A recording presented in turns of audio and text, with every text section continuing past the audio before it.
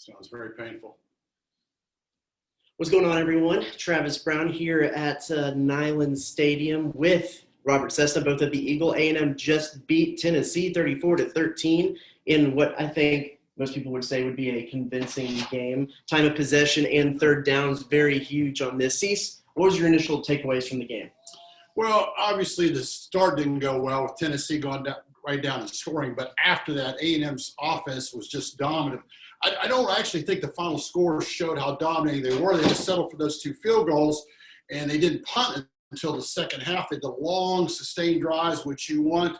But, once again, settling for the field goals, it would look nice maybe if they scored a couple touchdowns in those situations. But the defense, I got to give Tennessee credit. They did pick on Miles Jones being out. But all in all, you go on the road in the SEC, the bottom line is you win by 3 touchdowns. 21 points. A&M was basically a 14-point pick. It's not easy to go on the road, but, Tennessee was missing probably their best player with their player grade in play running back. But that being said, tough to find fault on a 8-1 season capped by a three touchdown victory. You want to talk about something that the committee talks about a lot, and that's factors, that's game control. Now, I know they have deep stats and analytics that go into what necessarily game control means, but when you look at some of these team stats, you talk about A&M having a 44 minutes of possession in the game, and total plays going in A&M's favor, 79-37. The offense controlled the way that the game was going to go in this game and put the points on the board. A lot of third down conversions, a lot of plays. Really, really convincing game for A&M. Yeah, and it's kind of deal like you always got to look at the other side. Tennessee's not a good team. They're missing their best running back. They've had success running the ball this year, but without Gray, you kind of felt it was going to be very, very tough for them to run the ball against one of the best run defenses in the country. So once again you expected A&M to kind of get the result that they got. I think what kind of is hanging that cloud over, even no matter what A&M did, they didn't control their own destiny. And when you don't control your own destiny, and, let's be honest, we haven't been in a situation like this. Here we are talking about an A&M team that's 8-1 and might not get to where they want to get. The bottom line is they should just enjoy the 8-1, because a lot of people, myself included, when the season started, didn't think this would be an 8-1 or a 9-1 team. Yeah, definitely. Well, first off, thanks for everyone who's watching on Facebook Live, Periscope. If you're watching one of those 2 platforms and you want to comment, have questions, want to fire those in, that's great. Be sure to do that. We'll go and start with the little bit of news that started out this day. Miles Jones was on the sideline leg in a boot. He was on a scooter, did not play. Brian George came in and filled in his spot. Jimbo Fisher said after the game that it shouldn't necessarily be something that keeps Miles Jones out for too long, though he was a little bit vague by that. Elijah Blades didn't make the trip as he's still trying to get back into shape and get back into the swing of things from re-opting in with the Aggies, so he wasn't available. Also, Devin Morris didn't play at nickelback, defensive back, because he was in the concussion protocol.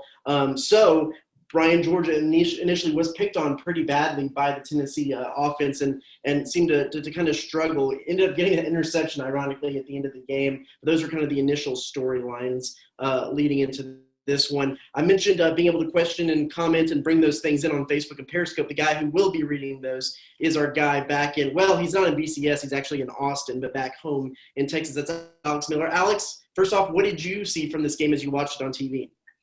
I mean, it was total domination. A&M won only by 21 points, but that was the most dominating win they've had all season. The time of possession, the control of the clock, the play differential. I mean, the thing that struck me, a lot of people are like, well, A&M only won by 21. And I feel like a lot of times people get used to, you want these blowout wins. You want that Black Mamba strike, that instant kill, that kind of what Bama does. They go in for the throat. But A&M throughout this season, they've proven to be like a rock python. They just strangle you, and that's exactly what A&M did today. They strangled Tennessee all 60 minutes. And, I mean, Tennessee, yeah, A&M complete dominant win today for the Aggies. How long have you been sitting on that metaphor? Just a little bit. Okay. Cease, I know we talked a little bit about the A&M's offense, what was the key you think for them in being successful, dominating time of possession and the play differential? Well, believe it or not, they found something that I think a little goes unnoticed, even though Jimbo mentioned about it too. Spiller out of the backfield. The linebackers couldn't pick him up. Mm-hmm. They punted the first time because Spiller was wide open and Mon threw it at his ankles. If Mon throws it to him, he gets a catch there. It's a first down. They probably go down and score again. Tennessee never did pick up Spiller out of the backfield, which just kind of boggled my mind. Wiedemeyer had a couple of great catches early. His first catch was a tough catch. It was down. He had to go down to get it. You kind of overlook those in a game where A&M runs away from it. But Wiedemeyer had two good catches early. Hezekiah Jones reappeared. We hadn't used his name in a while. And I thought a big play as far as the domination was concerned when A&M was going to turn the ball over on 4th and 14, but they called Tennessee for a hit to the face on Mon, and A&M went down and scored a touchdown because they'd have punted there, wouldn't have scored there. So even in a game that is dominant as this was, you can look at those little things that added up. All the catches by Spiller, the big catches by Wiedemeyer, and that one penalty that cost Tennessee seven points. So it's amazing in a game where A&M has 70-some plays and dominates, still a few plays were crucial. I think you got to say this is, again, one of Kellen Mond's better games.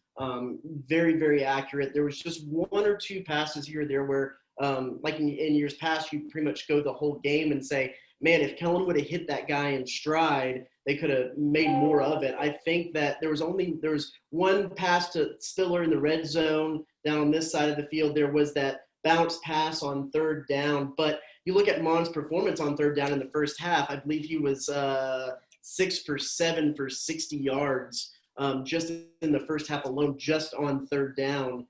He was accurate. He made the right reads. He made the right reads to run. He made the right reads to pass. I think this was a pretty dominant performance from Kellen. I would just have to downgrade him 1 grade for that interception near the end zone. That was such a bizarre play. It's almost like somebody replaced Kellen Mond's body for the whole game. Like, who threw that pass? I mean, what was he seeing? But that being said, you're right, Travis, about running the ball. This is 5 games in a row now they've used Mond's legs more. There was design runs. I liked the option left sweep a couple times, and he picked up 5-6 yards before anybody got him. Once again, as the season has gone on, A&M has found different ways to run the ball. And I thought we might see it Cheney more, particularly when Spiller got hurt a little bit. But once again, when everything's gone well, what does it matter? But A&M can run the ball a lot of different ways. Sure. And on that interception, it kind of seemed like it was one of 2 things. Either Kellen just made a bad throw, which is very plausible. We actually didn't get to ask him about him in the game because a lot of other things going on.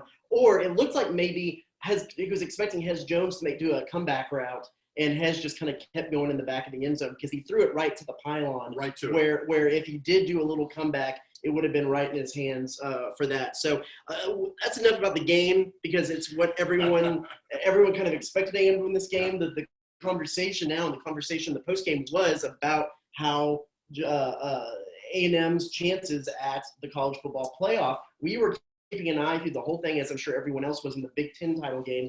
Ohio State, Northwestern had a lead through almost all of that game. And just as A&M was starting to pull away in this game, Ohio State pulled away in that game and won. It looks like potentially that door to the pathway to the playoff through the Big Ten title game might be closed. It's going to either rely on the ACC title game tonight or just the eye test. What do you think from this game and as far as A&M's chances for the playoff go? I think if you're one of those 13 people, what has happened in the previous 4 rankings, Ohio State was in line to win the conference championship. Whether you go for that or not, they did win a conference championship. That's always important. Northwestern is a pretty good football team. They're a lot better, for example, than Tennessee. So you want to start doing the eye test. Could A&M beat Ohio State? You bet. I think they could. But once again, we don't know that. So Ohio State, we're not going to see that either because Ohio State won the Big Ten. They're probably going to get in because of that. So now the thing becomes could it be an eye test? Notre Dame loses to Clemson. Could it be by X amount of points? If Clemson gets beat, I think A&M would be in. I think A&M has done enough that once again, Clemson would not be a conference champion and they would have a 2-loss. So I don't think there's any way that Clemson would get in over, A&M or Cincinnati or Oklahoma. So Aggie fans, if you want to go to the college football playoff, I think you need to give up on Ohio State. You need to root hard, get your green outfits on, put all your leprechaun deals on, rub, shine, do whatever you want to, whatever you got to do. I think that's the best way for them to get in is Notre Dame to win.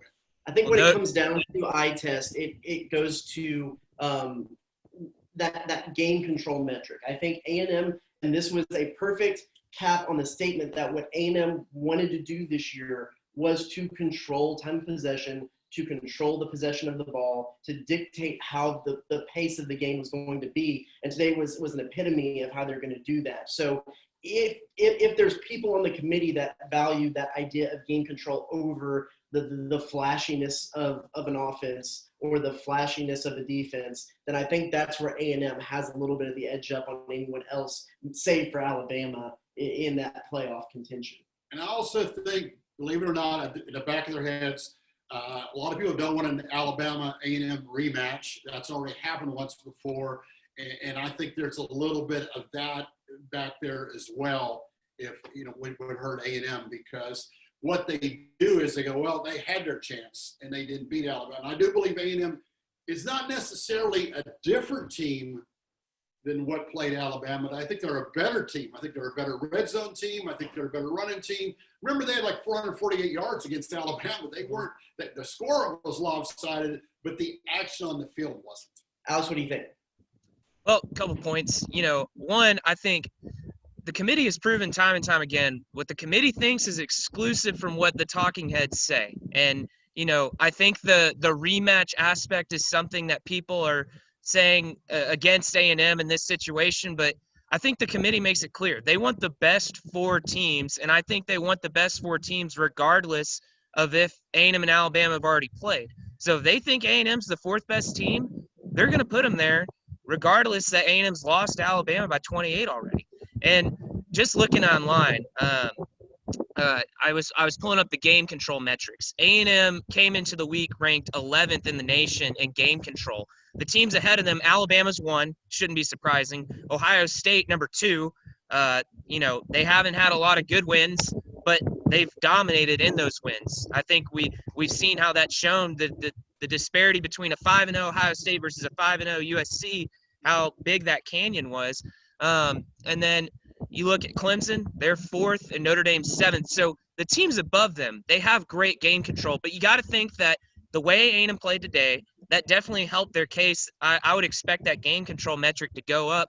And I've got the Notre Dame Clemson game pulled up, and Notre Dame, just kicked a 51-yard field goal. So the Irish are up 3-0 midway through the first quarter as we speak. Clemson about to go on offense for the first time. You raise a good point. That point is there's a game to go watch right now, and there's stories for us to write. We'll get to – you can be sure to check theeagle.com for Cease's grades from this game and from a recap perspective and all the videos.